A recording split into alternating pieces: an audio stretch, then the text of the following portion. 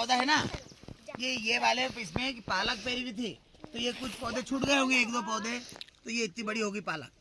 ये पालक का पौधा है। ये यहाँ तुम्हारे रशीद दादा के खेत में जो है ना, तो सारी सब्जियां ली जाती है, तो उस तरह से ये जो है तो पालक का पौधा है। आप हाँ, आदिल को कोई ने मारा तो कोई भी देख लेगा।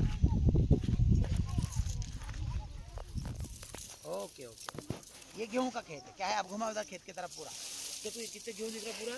ये थैलों से गेहूं बनेगा।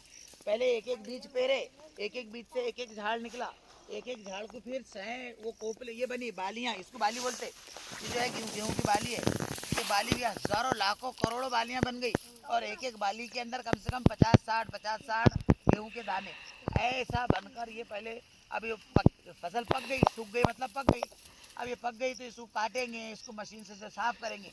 मशीन से साफ करने के बाद में फिर उसको थैलों में भर कर फिर मार्केट में आएगा। मार्केट में से पहले बड़े व्यापारी खरीदेंगे, फिर छोटे व्यापारी खरीदेंगे, उसके बाद फिर छोटे व्यापारी के पास से तुम अपन खरीदते, राशन की दुकान में आता, फिर अपने घर में आता, फिर चक्की में जाता, और फिर घर में आटा बन के आता, फिर बेल पकाकर उसको अपन खाते, है क्या नहीं। लेकिन बड़ी मेहनत का काम है ये। अगर किसान ये मेहनत ना करे तो अपने को खाने को कुछ भी नहीं मिलने वाला।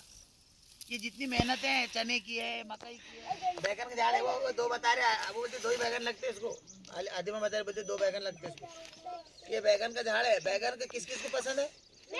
अभी मैंने तो कल बैगन ही खाया। हाँ, इसको हरे वाले बैगन रखते हैं, हरे बैगन लगते हैं। बैगन बहुत बेहतरीन सब्जी है, पसंदीदा लजीज सब्जी है बैगन। हाँ, वो लगा हुआ है बैगन। चलो बताओ मत किसको, चलो चलो ओके।